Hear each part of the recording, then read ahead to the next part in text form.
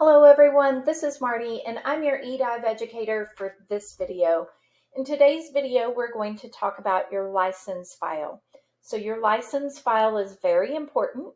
If you do not have a license, you are not able to do anything on eDive at all. You won't be able to get past this particular screen right here. So you won't be able to come in and register divers.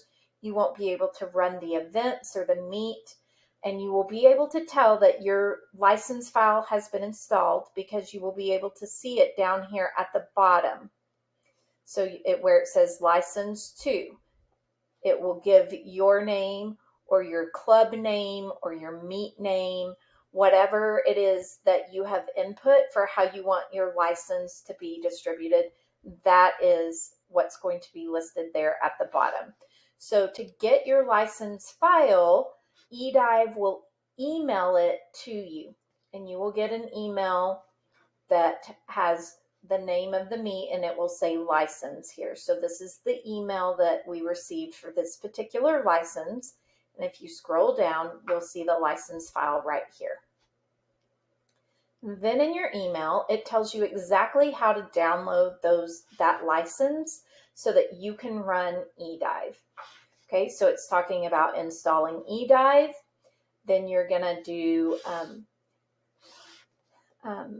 going to your C drive, users, public, eDive, and then it's going to have, it says if you purchased multiple license, it tells you what to do.